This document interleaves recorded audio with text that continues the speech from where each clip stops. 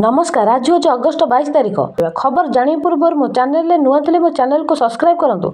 पाखे घंटी बटन को दे ऑल उपर क्लिक करूँ जहाद्वारा मुझे जितेबाला वीडियो अपलोड करी सर्वप्रथम आपड़ देखिपारे। चलतु कौन रही प्रथम खबर तापर नजर पकेबा। खोर्धा जिला बोलगड़ ब्लॉक मुगमुंडा आश्रम विद्यालय में व्यापुछि जंडिस। गत सप्ताह भितर अनुष्ठान 8 ରୁ 10 छात्र छात्री जंडिस चिन्हट होइछि। किछि दिन तले पिलांकु ज्वर होइथिला। आश्रम विद्यालय शिक्षक मेडिकल नहीं परीक्षा करिबारु जंडिस बोली जଣାपड़ी। रहुतबा समस्त छात्र छात्री मध्य व्यापुछि एही रोग। जंडिस चिन्हट पर विद्यालय हॉस्टेल को 15 दिन बंद कर दिया जायछि। आक्रांत छात्र छात्री स्वास्थ्यावस्था भल थिबा जଣାपड़ी। दूषित पानी व्यवहार एवं बासी खाद्य खाइबा जोगु जंडिस व्यापुथिबा अभियोग रही। चलतु परवर्ती खबर उपर नजर पकेबा। आज 21 जिला को येलो वार्निंग जारी कर जायछि। दक्षिण उत्तर उपकूल सबुआडे वर्षिब। अधारू अधिक जिले में वर्षा सतर्कता जारी करिछि भुवनेश्वर आंचलिक पाणीपाग विभाग। आज 21 जिला को येलो वार्निंग जारी कर जायछि। केन्दुझर मयूरभंज नवरंगपुर कलाहांडी में 7 ରୁ 11 सेंटीमीटर पर्यंत वर्षा नहीं पूर्वानुमान करिछि पाणीपाग केन्द्र। 17 जिला को बिजुली घड़घड़ी सह हालुकारू मध्यम धरणर वर्षा नहीं येलो अलर्ट जारी रही। ओडिशा निकट में 2टी घूर्णिबलय रही। उत्तर ओडिशा और संलग्न दक्षिण गांगेय पश्चिमबंग एवं संलग्न झारखंड उपर गोटे और अन्यटी पश्चिम केन्द्रीय संलग्न उत्तर पश्चिम बंगोपसागर एवं आंध्र प्रदेश और दक्षिण ओडिशा उपकूल रही। यह प्रभाव में आगामी 5 दिन जाए लगी रहिबो वर्षा। चलतु परवर्ती खबर उपर नजर पकेबा। 7 लाख ରୁ अधिक चाषी पंजीकरण करछन्ति। खरीफ ऋतु पर 7 लाख ରୁ अधिक चाषी पंजीकरण कर सारे सूचना देले खाद्य जोगाण मंत्री कृष्णचंद्र पात्र। आहुरी कहिसंति जे एही प्रक्रिया को सरल करा जायछि। कौनसी प्रकार बाधा नहीं। काली गोटे दिन में 1,20,000 चाषी पंजीकरण करछन्ति।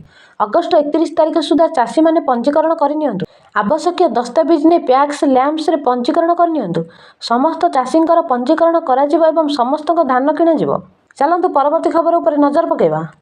समृद्ध ओडिशा 2036 पर बड़ पदक्षेप नहीं सरकार। राज्य में शिल्प क्षेत्र को नहीं आसी बड़ खबर। 2,780 कोटी 10 लाख टंकार शिल्प निवेश प्रस्ताव को मंजूरी मिली। यही निवेश द्वारा राज्य में 14,104 नुआ निजुक्ति सुजोग सृष्टि हेब। भुवनेश्वर में अनुष्ठान होउछि 179तम राज्य स्तरीय सिंगल विंडो क्लियरेंस अथॉरिटी बैठक। मुख्य शासन सचिव अनु गर्ग अध्यक्षतार होइथिबा एही बैठक में मोट 14टी शिल्प निवेश प्रस्ताव को अनुमोदन दि जाइछि। तेबे केवल निवेश नुहे रोजगार क्षेत्र में मध्य एहार बड़ प्रभाव पड़िबो। अनुमोदित प्रकल्प गुड़िक माध्यम 14,000 ରୁ अधिक निजुक्ति सृष्टि हेबाकु थिबारु युवपीढ़ी नुआ सुजोग खोलिबो। एही प्रकल्प गुड़िक मध्य खाद्य प्रक्रियाकरण कृषि और खाद्य प्रक्रियाकरण बयन और पोशाक रासायनिक शिल्प मेकानिकल डिवाइस फार्म इलेक्ट्रोनिक यह इस्पात डाउन स्ट्रीम मैन्युफैक्चरिंग और भित्तिभूमि क्षेत्र प्रकल्प को मध्य अनुमोदन मिलिबो। राज्यर विभिन्न जिले में यही शिल्प प्रकल्प गुड़िक प्रतिष्ठा हेब। अनुगुल बलांगीर कटक ढेंकानाल गंजाम केन्दुझर खोर्धा नयागढ़ नुआपड़ा और सुंदरगढ़ भली जिला यार लाभ पाइब। अर्थात एकाधिक जिले शिल्पायन बढ़िबा सह आर्थिक कारोबार बढ़िबार आशा रही। 2,780 कोटी अधिक निवेश और 14,000 ରୁ अधिक चाकरी राज्य शिल्प और रोजगार क्षेत्र पर यह एक बड़ खबर। चलतु परवर्ती खबर उपर नजर पकेबा। मास्टर कैंटीन हिंसा मामला रे बड़ एक्शन।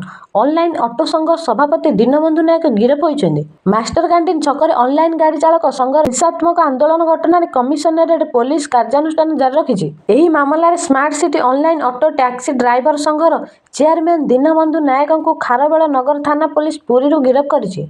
सूचना अनुसार अगस्ट 19 तारीख में मास्टर कैंटीन छकरे होइतिबा हिंसात्मक आंदोलन पर दीनबंधु फेरार हो जाइथिले। पुरी शहर निकट में थिबा नै सूचना पाइबा पर पुलिस सेठारे चढ़ऊ करी तांकु धरिथिला। पर तांकु कोर्ट रे हाजर करा जाइथिबा जामिन नामंजूर हेबार विचार विभागीय हाजत को पठा जाइछि। एही मामला रे पूर्वरु 113 जन अभियुक्त ड्राइवर को पुलिस गिरफ करथिला। दीनबंधु को गिरफ पर मोट गिरफदारी संख्या 114 रे पहुंची। घटना रे जड़ित अन्य अभियुक्त मानक मध्य पुलिस खोजुथिबा जणा पड़िछि। एमिति देश विदेशर अपडेट और पाणीपागर सूचना जानियाकु एबे ही मो चैनल को सब्सक्राइब करंतु। भल लागिले वीडियो को लाइक करंतु। रहुछि नमस्कार।